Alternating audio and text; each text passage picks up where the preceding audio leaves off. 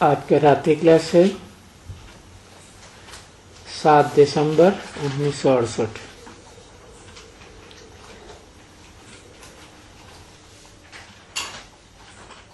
रूहानी बच्चे हैं, भले जिस्म के साथ हैं, परंतु जिस्म के साथ होते हुए भी ये भी जानते हैं और जिस्म में बैठे हैं, सभी बैठे हैं कि हम बाबा के सामने बैठे हैं। ये बाबा हमारा बेहद का बाबा है।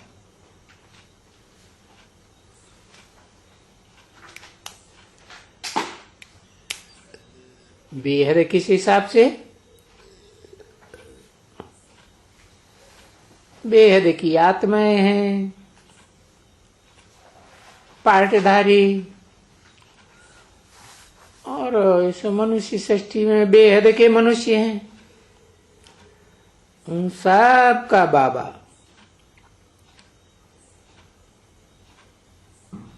तो ये भी बुद्धि में बच्चों के है कि ये दोनों बेहद का बाबा हर 5000 वर्ष के बाद आए करके और हमको पावन बनाए करके फिर पावन दुनिया का मालिक बनाते।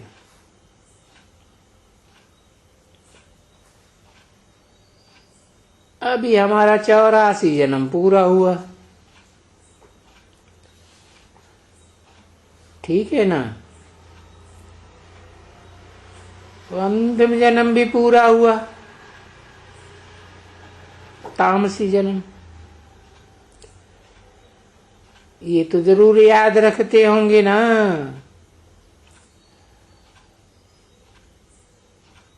कि अब टाइम पूरा हुआ।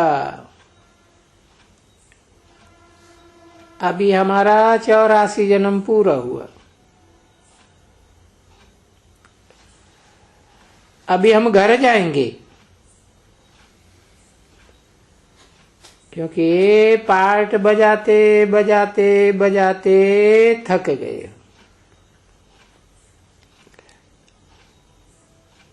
और तुम तो सबसे जास्ती पार्ट बजाते हो ना। कौन तुम है?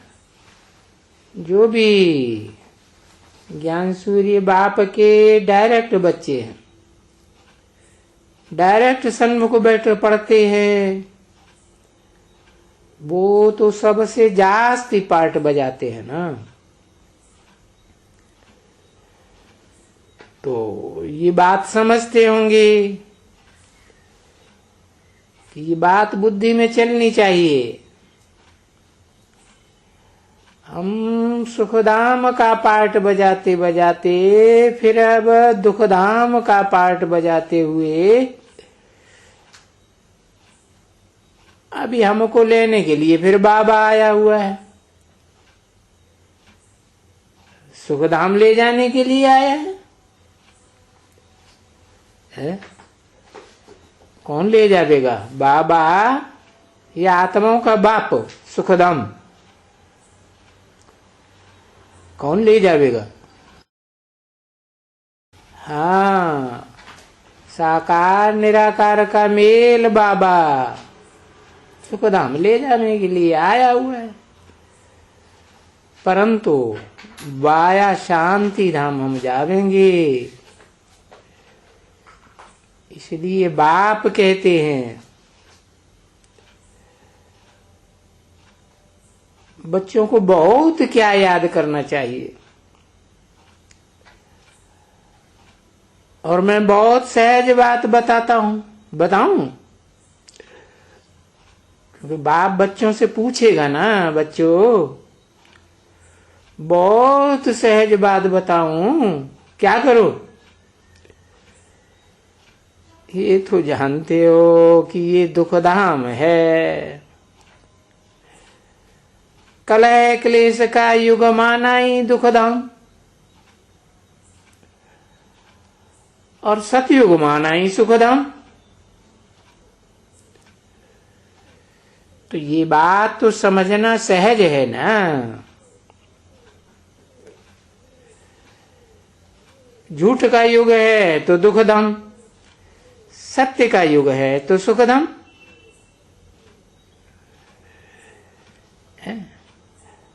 ये सहज बात भी बुढ़ियां समझती हैं कि नहीं समझती हैं कि कलह कलेश का युग दुखधाम है और सत्य का युग सतयुग सुखधाम है। अभी बाप तो आए हुए हैं ले जाने के लिए,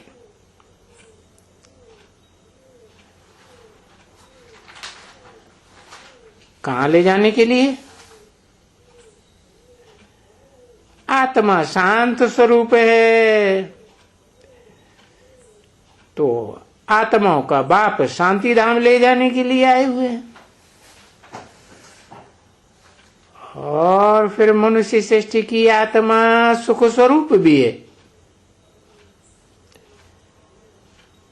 भले बनती तब सुख स्वरूप है जब आत्माओं का बाप आकर प्रवेश करते हैं।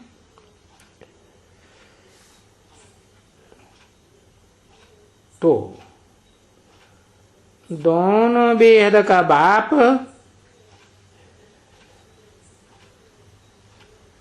शांति धाम सुख धाम ले जाने के लिए आए हुए हैं। हाँ, ये पहले के पहले शांति धाम जाएंगे, और ये भी जानते हैं कि शांति धाम और सुख धाम में पवित्र होकर के ही जाएंगे।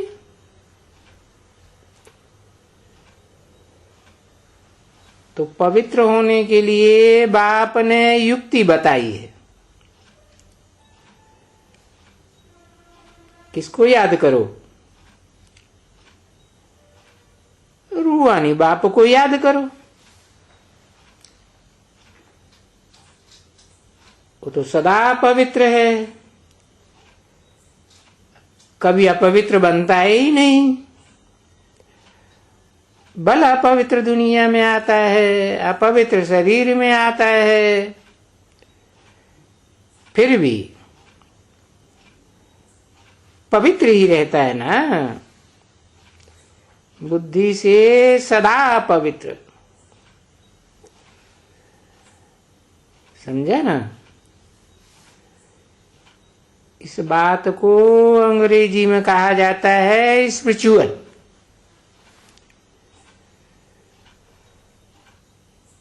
स्पिरिट से भरा हुआ, भरा पूरा। क्योंकि ये जो ज्ञान मिलता है ना, इसको भी कहा जाता है स्पिरिचुअल ज्ञानी, रूहानी ज्ञान। रूहानी का अर्थ ही है स्पिरिचुअल। तो जब भी कोई पूछे हमारा स्पिरिचुअल फादर, क्योंकि स्पिरिचुअल फादर तो और कोई हो ही नहीं सकता, और कोई भी धर्म पिता नहीं है जो आकर के ये बात बतावे।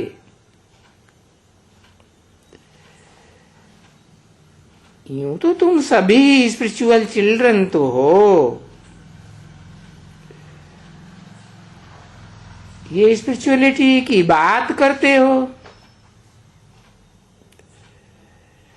परंतु स्पिरिचुअल चिल्ड्रन का फादर एक दफा आते हैं इस सृष्टि रूपी रंगमंच पर। ऐसे नहीं कि जन्म जन्मांतर आते हैं, और जब आते हैं तो उस युग का इतना महत्व देते हैं, इस युग को, जिसको कल्याणकारी युग कहा जाता है। और युगों को कल्याणकारी क्यों नहीं कहते? पता है क्या? ऊपर है इसलिए, ऊपर वाला आता है इसलिए। और युगों को कल्याणकारी इसलिए नहीं कहते हैं कि और युगों में नीचे उतरना होता है, और संगम युग में ऊपर चढ़ना होता है, इसलिए कल्याणकारी है। क्योंकि सदा कल्याणकारी बाप सदा शिव है ना, शिव माने कल्याणकारी। तो वो आते हैं तो युग भी कल्याणकारी हो जाता है। और युगों को इतना कल्याणकारी कहेंगे, क्यों नहीं कहेंगे? है? क्योंकि सब युगों में आत्माएं नीचे उतरती जाती है, सुख की ओर से दुख की ओर। सुख घटता जाता है या तो कल्याणकारी युग को ही कहा जाता है पुरुषोत्तम युग। पुरुषों में जो उत्तम ते उत्तम आत्माओं के प्रत्यक्ष होने का युग है, उसको पुरुषोत्तम युग कहा जाता है। पता चलता है ना कि षष्ठी रूपी रंगमंच पर कौन कौन नंबरवार हीरो पार्टधारी है? कितने हैं? एक ही है, और अपने अपने धर्म के हीरो नहीं है, धर्म पिता हैं। वो धर्म पिता हैं जिनका आधार लेते हैं, वो तो हो गई हीरोइन। और उनको जो जन्म देते हैं वो पिता हुए कि नहीं है? तो पिता तो रचना से ऊंचाई होता है? हाँ, तो वो बीज रूप आत्माएं हैं नंबरवार पुरुषार्थ अनुसार। तो ये पुरुषोत्तम युग होता भी यहां भारत में है, कोई दूसरे देश में विलायत में कोई नहीं होता है, और कोई भी जगह में नहीं गाया जाता है पुरुषोत्तम संगम युग। यहां ही गाया जाता है। तुम बच्चों को बाप समझाते भी हैं, ये पुरुषोत्तम युग क्या है, कब होता है, कैसे होता है? क्योंकि इस युग में ही पुरुषों को उत्तम ते उत्तम बनाना है। अभी तो कनिष्ठ हो,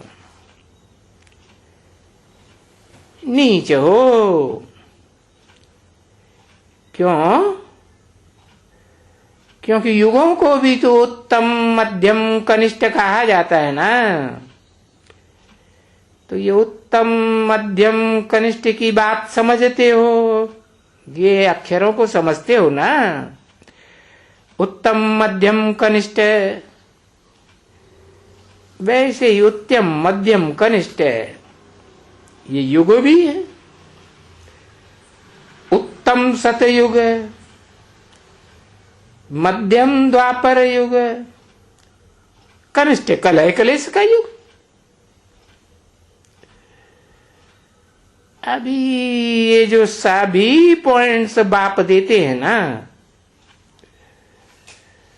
वो सब पॉइंट्स कोई वास्तव में शास्त्रों में नहीं है। हाँ, बाप आकर सुनाते हैं। तो फिर बाप आकर इतने जो पॉइंट सुनाते हैं वो याद कैसे रहेंगे? तो फिर अपने पास डायरी में नोट कर देना चाहिए। कौन सी डायरी में? वो विनाशी डायरी में नहीं, जो आज बनाएंगे कल तो फटफट आ जाएगी, खत्म हो जाएगी। कौन सी डायरी में? बुद्धि रूपी डायरी में नोट करके रखना चाहिए।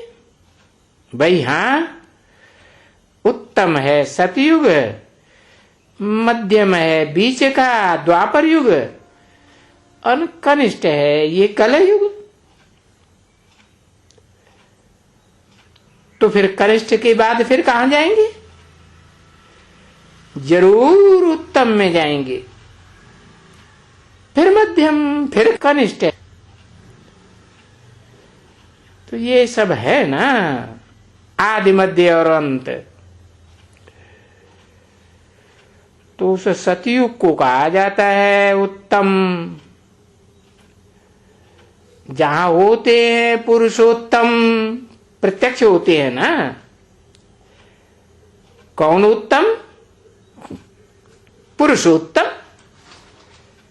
और उनके साथ फिर वो नारी भी उत्तम, जो सदा साथी है, कि कब साथी कब नहीं साथी है? जो सदा साथी है, कभी साथ निभाना छोड़ती नहीं है मन बुद्धि से। तो वो नारी भी उत्तम। ऐसे तो नहीं है कि सिर्फ पुरुष उत्तम कहते हैं, क्योंकि पुरुष तो नर को कहा जाता है। फिर नर भी संपूर्ण कब बनता है? नर भी संपूर्ण तब बनता है जब प्रवृत्ति मार्ग में पक्का हो जाए।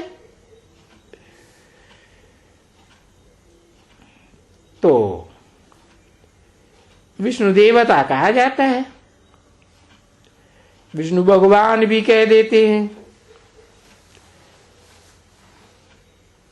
तो ये बात पक्की है कि सिर्फ पुरुष उत्तम नहीं है, नारी भी उत्तम है। तो यहां इस सृष्टि पर फिर पुरुष उत्तम, फिर नारी भी उत्तम, तो पुरुष भी उत्तम और पुरुष कनिष्ठ, तो नारी भी जरूर कनिष्ठ। मध्यम में, नारी भी मध्यम में। कब? जबकि वाम मार्ग में गिरते हैं। दाया मार्ग, दाया हाथ और बाया हाथ। दाएं हाथ से शुभ कर्म किए जाते हैं, दान धर्म किया जाता है। बाएं हाथ से कचड़े की सफाई की जाती है। तो जब वाम मार्ग में गिरते हैं तो पुरुष भी गिरते हैं। और जब पुरुष गिरते हैं तो फिर वो भी गिरती है। कौन? नारी। तो बाप देखो नई नई बातें समझाते हैं, और तो दुनिया में कोई भी ऐसी बातें नहीं सुनाते, क्योंकि वो सभी हैं कलयुगी बातें, भक्ति की बातें हैं। और भक्ति तो 10 सिर वाले रावण से आती है, 10 मतों से, और ज्ञान तो एक से आता है। तो जो 10 मतों से आता है, 10 बुद्धि रूपी सिरों से आता है, उसको ज्ञान नहीं कहा जाता। वो ज्ञान होता ही नहीं, कभी भी नहीं होता है, क्योंकि मिक्सचरिटी बहुत हो जाती है अनेक बुद्धियों की। तो ज्ञान सिर्फ एक बाप आकर देते। एक बाप का मतलब ये नहीं कि कोई आत्माओं का बाप ही अकेले देते हैं। वो कैसे देंगे? उनको शरीर होता है? तो मनुष्य सृष्टि का बाप भी चाहिए। दोनों मिलकर के एक व्यक्तित्व, एक शख्सियत हो जाते हैं, तो वो एक ही बाप आकर देते हैं। देंगे तो मुख से ना, हाँ? तो उसको कहा ही जाता है रूहानी ज्ञान, जिस्मानी ज्ञान है। ये कहे कि जिस्मानी ज्ञान है शास्त्रों का है, ये कहे, ये माने कौन कहे? हाँ, दादा लेखराज ब्रह्मा कहे कि ये जिस्मानी ज्ञान शास्त्रों का है, तो फिर उस जिस्मानी ज्ञान को फिर अंग्रेजी में फिलॉसफी कहा जाता है?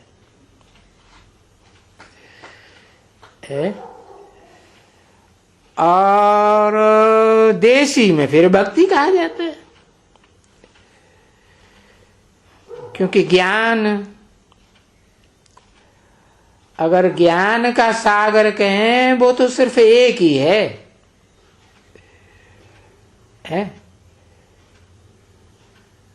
जैसे ज्ञान का सूर्य एक ही है?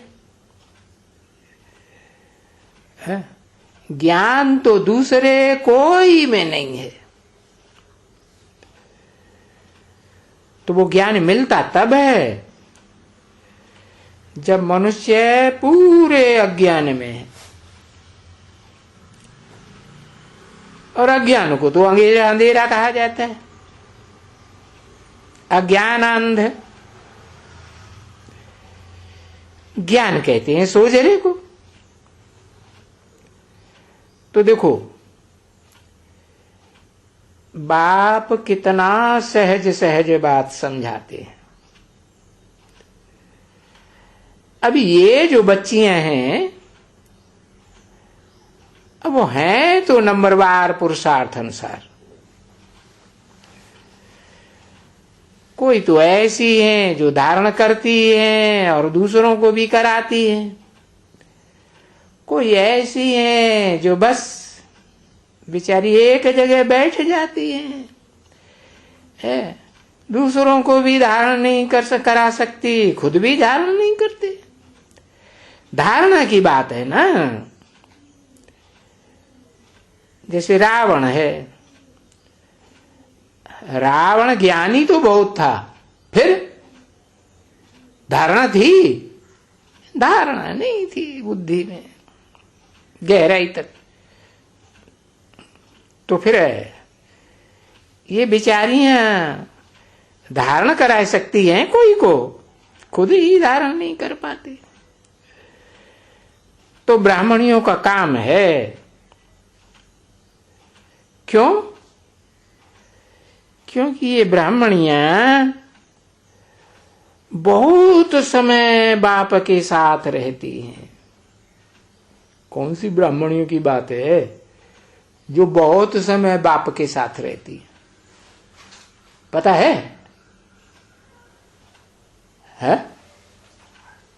7 हैं, 8 हैं। अच्छा, 8 अष्टदेव हैं या ब्राह्मणियां हैं?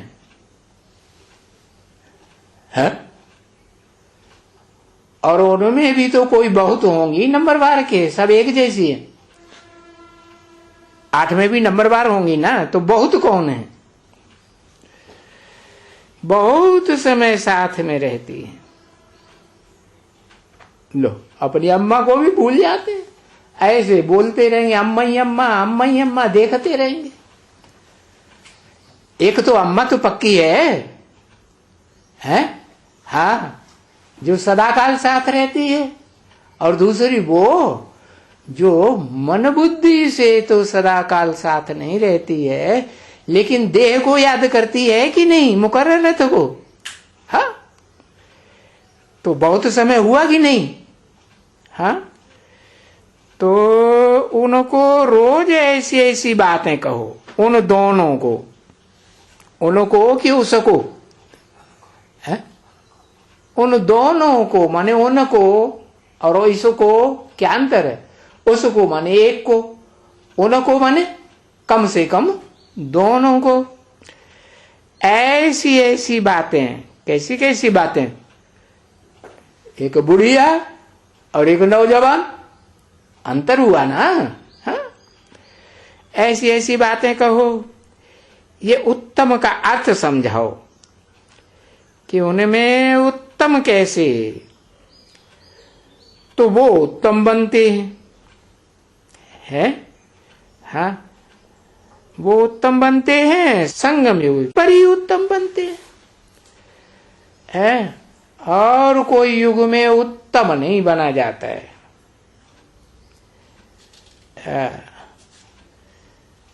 कलह क्लेश युग में तो उत्तम बनने की बात ही नहीं, संगम युग की बात है।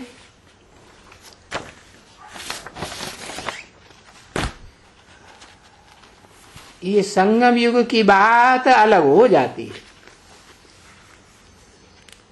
क्योंकि और युगों के मुकाबले इस पुरुषोत्तम संगम युग को ही बहुत महत्व दिया जाता है।